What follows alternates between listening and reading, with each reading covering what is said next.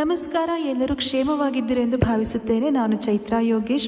ಅನ್ವೀಕ್ಷಾ YouTube ಚಾನಲ್ನ ಮತ್ತೊಂದು ವಿಡಿಯೋಗೆ ಎಲ್ಲರಿಗೂ ಆತ್ಮೀಯವಾದ ಸ್ವಾಗತ.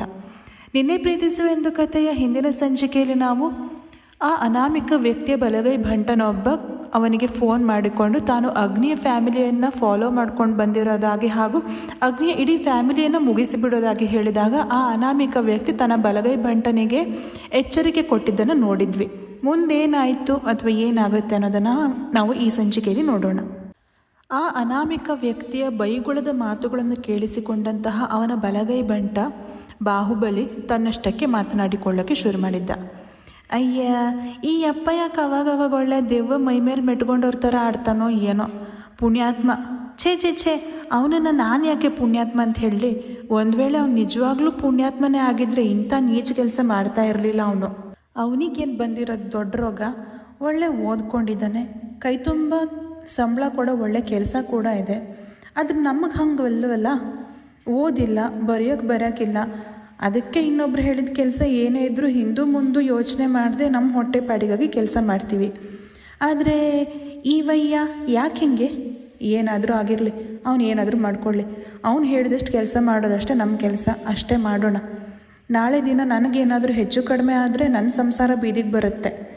ಆ ಬಾಹುಬಲಿ ಅನ್ನೋ ವ್ಯಕ್ತಿ ತನ್ನಲ್ಲೇ ಹೇಳಿಕೊಂಡು ಸುಮ್ಮನೆ ಅಗ್ನಿಯ ಸುತ್ತಮುತ್ತಲು ನಡೆಯುವಂತಹ ಘಟನೆಗಳನ್ನು ಕದ್ದು ವೀಕ್ಷಿಸುತ್ತಾ ಕುಳಿತಿದ್ದ. ಇನ್ನು ಇತ್ತ ದೇವಸ್ಥಾನದಲ್ಲಿ ಕೌಸಲ್ಯಾದೇವಿ, ಭರತ್ ಭಾರದ್ವಾಜ್ ಮತ್ತು ಸರಸ್ವತಿ ಮೂವರು ಅರ್ಚಕರ ಬಳಿ ಮಾತನಾಡುತ್ತಾ ಪೂಜೆಯನ್ನು ನೋಡ್ತಾ ನಿಂತಿದ್ರು. ಆಗಲೇ ಅಗ್ನಿಯ ಜೊತೆಗೆ ಹೊರಗೆ ಬಂದ ಅಭಿ ಮೈಥಿಲಿಯನ್ನು ಕೂರಿಸಿಕೊಂಡು ಅವಳು ಈ ವ್ರತವನ್ನು ಮಾಡಿದ್ದು ಯಾರ ಸಲುವಾಗಿ, ಯಾತಕ್ಕಾಗಿ ಅಂತ ಪ್ರಶ್ನೆ ಕೇಳ್ತಾನೆ ಇದ್ದ. ಅವಳು ಉತ್ತರಿಸುವವರೆಗೂ ಇವನು ಬಿಡುವ ಹಾಗಿರಲಿಲ್ಲ. ಹಾಗಾಗಿ ಮತ್ತೆ ಅವಳ ಬಳಿ, ಫ್ರೆಂಡ್ ಈಗ ಹೇಳು, ಯಾರಿಗಾಗಿ ಈ ಉರುಳಿ ಸೇವೆ ಮಾಡಿದ್ದು ನೀನು, ಯಾತಕ್ಕಾಗಿ ಎಂದು ಮತ್ತೆ ಮೈಥಿಲಿಯ ಬಳಿ ಕೇಳಿದ್ದ. ಹಾಗೆಲ್ಲ ನಾವು ಒಬ್ಬರು ಒಳಿತಿಗಾಗಿ ಮಾಡಿದ್ದನ್ನು ಇನ್ನೊಬ್ಬರ ಎದುರು ಹೇಳಬಾರ್ದು ಅಭಿ, ಅದರ ಫಲ ಅವರಿಗೆ ಸಿಗೋದಿಲ್ಲ ಎಂದ ಮೈಥಿಲಿಗೆ ಅಗ್ನಿಯ ಸಲುವಾಗಿ ತಾನು ಈ ಉರುಳು ಸೇವೆಯನ್ನು ಮಾಡಿದ್ದು ಎಂದು ಹೇಳಲು ಇಷ್ಟವಿಲ್ಲ. ಅದು ಕೂಡ ಅವನು ಅಲ್ಲಿ ಎದುರಿಗೆ ಇರುವಾಗ ಹೇಗೆ ತಾನೇ ಬಾಯ್ಬಿಟ್ಟು ಹೇಳ್ತಾಳೆ ಅವಳು. ಅದೆಲ್ಲ ಏನಾಗಲ್ಲ ಫ್ರೆಂಡ್, ನಿನ್ನಷ್ಟು ಗೊತ್ತಿಲ್ಲದೆ ಹೋದರೂ ಅಲ್ಪ ಸ್ವಲ್ಪ ನನಗೂ ಗೊತ್ತು. ನಮ್ಮ ಚಿಕ್ಕಿಗೆ ಕೂಡ ನಿನ್ನ ಹಾಗೆ ದೇವರು ವ್ರತ, ಪೂಜೆ, ಉಪವಾಸ ಅಂತೆಲ್ಲ ಮಾಡ್ತಾ ಇರ್ತಾರೆ. ನೀನೇನು ಯಾವುದೇ ಪ್ರತಿಫಲ ಇಲ್ಲದೆ ಮನಸಾರೆ ಮಾಡಿದ್ದು ತಾನೇ. ಯಾರಿಗಾಗಿ ಮಾಡಿದ್ದು ಅನ್ನೋದನ್ನು ಹೇಳಿದ್ರೆ ಏನೂ ಆಗಲ್ಲ. ಅದರಲ್ಲೂ ಏನು ಗೊತ್ತಾ ಎಂದು ರಾಗ ಎಳೆದ ಅಭಿ ಮೈಥಿಲಿಯ ಬಳಿ ಬಾಗಿದ. ಅಗ್ನಿ ಇವರಿಬ್ಬರ ಮಾತುಕತೆಯನ್ನು ಕೇಳಿಸಿಕೊಳ್ತಾ ಇದ್ದರೂ ತನಗೂ ಅವರ ಮಾತಿಗೂ ಸಂಬಂಧವೇ ಇಲ್ಲ ಎನ್ನುವಂತೆ ಪ್ರಕೃತಿಯನ್ನು ನೋಡುತ್ತಾ ಕುಳಿತು ಬಿಟ್ಟಿದ್ದ. ಅಭಿ ಮೈಥಿಲಿಯ ಬಳಿ ಗುಟ್ಟು ಹೇಳುವಂತೆ ಅವಳ ಕಿವಿಯ ಬಳಿ ಬಾಗಿ, ನನ್ನಂಥ ಫ್ರೆಂಡ್ ಜೊತೆ ಹೇಳಿದರೆ ಏನೂ ಆಗಲ್ಲಂತೆ ಗೊತ್ತಾ, ಪ್ಲೀಸ್ ಹೇಳು ಫ್ರೆಂಡ್, ಯಾರಿಗಾಗಿ ವ್ರತ ಮಾಡಿದ್ದು ನೀನು, ಪ್ಲೀಸ್ ಹೇಳು ಎಂದು ಪುಟ್ಟ ಮಗುವೊಂದು ತನ್ನ ಅಮ್ಮನ ಬಳಿ ಚಾಕ್ಲೇಟ್ಗಾಗಿ ಹಠ ಹಿಡಿದ ಹಾಗೆ ಮೈಥಿಲಿಯ ಬಳಿ ಹಠ ಹಿಡಿದಿದ್ದ ಅಭಿ. ಅದು ನಾನು ಹಾಗೆಲ್ಲ ಹೇಳೋಕ್ಕಾಗಲ್ಲ ಅಭಿ, ಅದರಲ್ಲೂ ಈಗ ಹೇಳೋಕ್ಕೆ ಅಂತೂ ಆಗೋದೇ ಇಲ್ಲ, ಪ್ಲೀಸ್ ನನ್ನನ್ನು ಫೋರ್ಸ್ ಮಾಡಬೇಡ. ಮೈಥಿಲಿ ಮತ್ತೆ ಅದರ ಬಗ್ಗೆ ಮಾತನಾಡೋಕ್ಕೆ ಇಷ್ಟ ಇಲ್ಲ ಎಂಬಂತೆ ಮುಖ ಮಾಡಿ ಹೇಳಿದ್ಲು ಅಭಿ ಹತ್ರ. ಆದರೆ ಅವನು ಕೇಳಬೇಕಲ್ಲ. ಅದೆಲ್ಲ ಆಗೋದಿಲ್ಲ ಫ್ರೆಂಡ್, ಸುಮ್ಮನೆ ಯಾರ ಸಲುವಾಗಿ ಮಾಡಿದ್ದು ಈ ಸೇವೆ ಅನ್ನೋದನ್ನು ಹೇಳೋದಕ್ಕೆ ನೀನು ಇಷ್ಟು ಕಷ್ಟಪಡ್ತಾ ಇದೆಯಾ ಅಂದರೆ ಯಾರೋ ತುಂಬ ಮುಖ್ಯವಾದ ವ್ಯಕ್ತಿನೇ ಆಗಿರಬೇಕಲ್ಲ ಅವರು. ಹಾಗಾದರೆ ಯಾರು? ಅವರೇನಾದರೂ ಏನು ಲವ್ವರ್ ಸಲುವಾಗಿ ಏನಾದರೂ ಒಳ್ಳೆಯದಾಗಲಿ ಅಂತ ಈ ಸೇವೆ ಮಾಡಿದ್ದ ಎಂದು ಕೇಳಿದ್ದ ಅಭಿ. ಇಷ್ಟು ಹೊತ್ತು ತನಗೂ ಇದಕ್ಕೂ ಸಂಬಂಧವೇ ಇಲ್ಲ ಎಂಬಂತೆ ಪರಿಸರವನ್ನು ನೋಡುತ್ತಾ ಕುಳಿತಿದ್ದ ಅಗ್ನಿ ತನ್ನ ತಮ್ಮನ ಮಾತಿಗೆ ಒಮ್ಮೆ ಓರೆ ನೋಟದಲ್ಲೇ ಮೈಥಿಲಿಯ ಕಡೆಗೆ ನೋಡಿದ್ದ.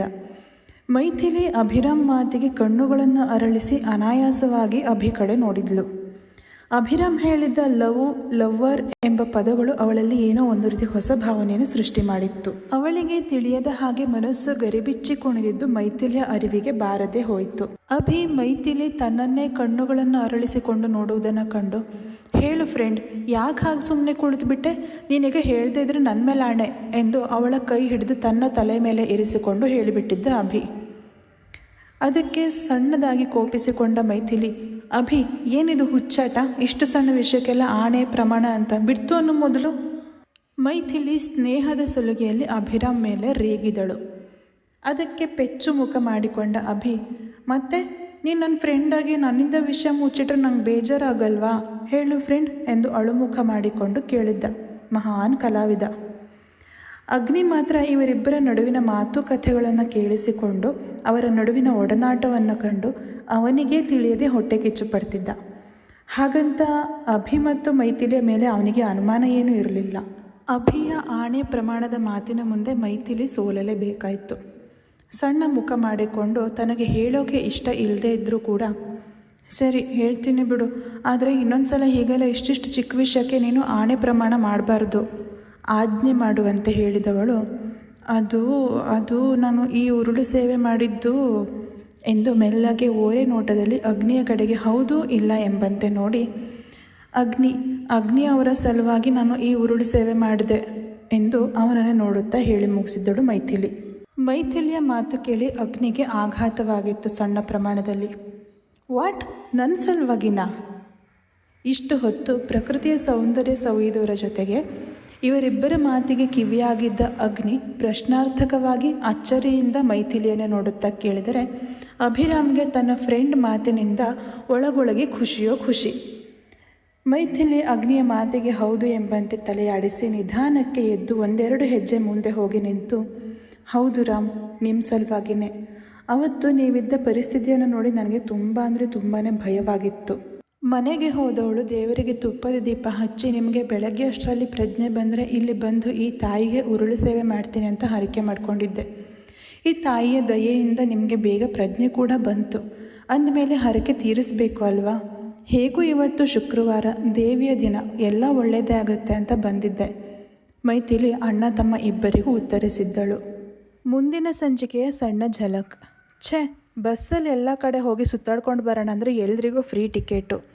ಅಂದರೆ ನನ್ನ ದುಡ್ಡು ಖಾಲಿ ಆಗಲ್ಲ. ಈಗ ಇನ್ನೇನು ಮಾಡಲಿ? ಹೇಗಿದ್ದರೂ 1,00,000 ಕೊಡ್ತಾನೆ ಅವನು. ಹಾಗಿದ್ಮೇಲೆ ಬಸ್ ಯಾಕೆ? ಆರಾಮಾಗಿ ಕಾರಲ್ಲಿ ಸುತ್ತಾಡಿಕೊಂಡು ನಂಗೆ ಎಲ್ಲೆಲ್ಲಿ ಹೋಗಬೇಕು ಅಲ್ಲೆಲ್ಲ ಹೋಗಿ ಆರಾಮಾಗಿ ತಿಂದು ಉಂಡು ಮಾಡಿಕೊಂಡು ಬರಬೇಕು. ಈ ನನ್ನ ಗಂಡನ ಸಂಬಳ ನಂಬಿ ಕೂತ್ರೆ ನನ್ನ ಕೈಗೆ ತೆಂಗಿನ ಚಿಪ್ಪೆ ಗತಿ. ಯಾರು ಹೇಳಿದ್ದು ಈ ಮಾತನ್ನು? ಕಮೆಂಟಲ್ಲಿ ತಿಳಿಸಿ. ನಿನ್ನೆ ಪ್ರೀತಿಸುವ ಎಂದು ಕಥೆಯ ಇವತ್ತಿನ ಈ ಸಂಚಿಕೆ ನಿಮಗೆಲ್ಲ ಇಷ್ಟವಾಯಿತು ಎಂದು ಭಾವಿಸುತ್ತೇನೆ. ಇಷ್ಟವಾಗಿದ್ದಲ್ಲಿ ದಯವಿಟ್ಟು ಲೈಕ್ ಮಾಡಿ, ಕಮೆಂಟ್ ಮಾಡಿ, ಶೇರ್ ಮಾಡಿ, ಹಾಗೆ ಅನ್ವೀಕ್ಷಾ ಯೂಟ್ಯೂಬ್ ಚಾನಲ್ನ ತಪ್ಪದೇ ಸಬ್ಸ್ಕ್ರೈಬ್ ಮಾಡ್ಕೊಳ್ಳಿ. ಒಂದು ಮಾತನ್ನು ಹೇಳೋಕ್ಕೆ ಇಷ್ಟಪಡ್ತೀನಿ. ಕೆಲವರು ಪ್ರತಿದಿನ ಸಂಚಿಕೆ ಹಾಕಿ ಅಂತ ಕಮೆಂಟಲ್ಲಿ ತಿಳಿಸ್ತಾ ಇದ್ದೀರಾ. ನಾನು ಕೂಡ ಅದೇ ಪ್ರಯತ್ನ ಮಾಡ್ತಿರ್ತೀನಿ, ಆದರೆ ಆಗ್ತಿಲ್ಲ. ಯಾಕಂತಂದರೆ ಕಾರಣಗಳು ಇರೋದು ಇಷ್ಟೇ. ಮನೆ ಕೆಲಸದ ಜೊತೆಗೆ ಪ್ರತಿಲಿಪಿಯಲ್ಲಿ ಕೂಡ ನನ್ನ 6 ಕಥೆಗಳು ಅರ್ಧಕ್ಕೆ ನಿಂತಿರೋವು ಮತ್ತು ಮುಂದುವರಿತಾ ಇರೋದು ಅಂತ 6 ಕಥೆಗಳಿವೆ. ಅವುಗಳನ್ನು ಕೂಡ ಮುಗಿಸ್ಬೇಕು. ಆಲ್ರೆಡಿ 2 ವರ್ಷನೇ ಆಗೋಗ್ಬಿಟ್ಟಿದೆ ಸ್ಟಾರ್ಟಾಗಿ. ಹಾಗಾಗಿ ಅವುಗಳನ್ನು ಮುಗಿಸೋದ್ರ ಕಡೆಗೆ ಕೂಡ ಗಮನ ಕೊಡ್ತಾ ಇದ್ದೀನಿ. ಇದು ಒಂದು ಕಾರಣ. ಆದರೆ ಇನ್ನೊಂದು ಮೇನ್ ರೀಸನ್ ಏನಪ್ಪ ಅಂತಂದರೆ ನನಗೆ ರೆಕಾರ್ಡಿಂಗ್ ಮಾಡೋದಕ್ಕೆ ಕೂತ್ಕೊಂಡಾಗ ಒಂದಲ್ಲ ಒಂದು ಅಡಚಣೆ ಬರುತ್ತೆ.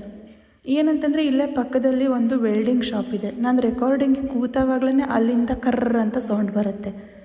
ಆ ಶಬ್ದ ಇಲ್ಲಿ ರೆಕಾರ್ಡಿಂಗಲ್ಲಿ ಕೂಡ ಅದೂ ಕೇಳಿಸುತ್ತೆ. ಹಾಗಾಗಿ ಅಷ್ಟಾಗಿ ಅವರ ಶಬ್ದ ಇಲ್ಲದೆ ಇರೋ ಟೈಮಲ್ಲಿ ನಾನು ರೆಕಾರ್ಡಿಂಗ್ ಮಾಡೋದಕ್ಕೆ ಕೂತ್ಕೊಳ್ತೀನಿ.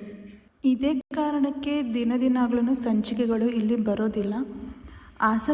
ಓದೋದ್ರಲ್ಲಿ ಆಸಕ್ತಿ ಇದ್ದವರು ಪ್ರತಿಲಿಪಿ ಅಪ್ಲಿಕೇಶನನ್ನು ಡೌನ್ಲೋಡ್ ಮಾಡಿಕೊಂಡು ಅದರಲ್ಲಿ ಚೈತ್ರಾ ಯೋಗೇಶ್ ಅನ್ನೋ ಪ್ರೊಫೈಲನ್ನು ಸರ್ಚ್ ಮಾಡಿದರೆ ನಿಮಗೆ ಈ ಕಥೆನೂ ಸಿಗುತ್ತೆ ಪೂರ್ತಿಯಾಗಿ ಓದೋಕ್ಕೆ. ಹಾಗೆ ಇದರ ಜೊತೆಗೆ ಉಳಿದ ಇನ್ನಷ್ಟು ಕಥೆಗಳು ಕೂಡ ಸಿಗುತ್ತೆ. ಪ್ರತಿಲಿಪಿಯಲ್ಲಿ ನಾನು ಪ್ರೀತಿ, ಕೌಟುಂಬಿಕ ಈ ರೀತಿಯ ಕಥೆಗಳನ್ನು ಬರೆದಿದ್ದೇನೆ. ಹಾಗೂ ವಾಸ್ತವಕ್ಕೆ ಹತ್ತಿರ ಇರುವಂತಹ ಕಥೆಗಳು ಕೂಡ ನಿಮಗೆ ಅದರಲ್ಲಿ ಸಿಗುತ್ತೆ. ರಹಸ್ಯ ಈ ರೀತಿಯ ಕಥೆಗಳು ಕೂಡ ಸಿಗುತ್ತೆ. ಇಷ್ಟ ಇದ್ದವರು ಪ್ರತಿಲಿಪಿಯಲ್ಲಿ ಓದಬಹುದು. ಧನ್ಯವಾದಗಳು.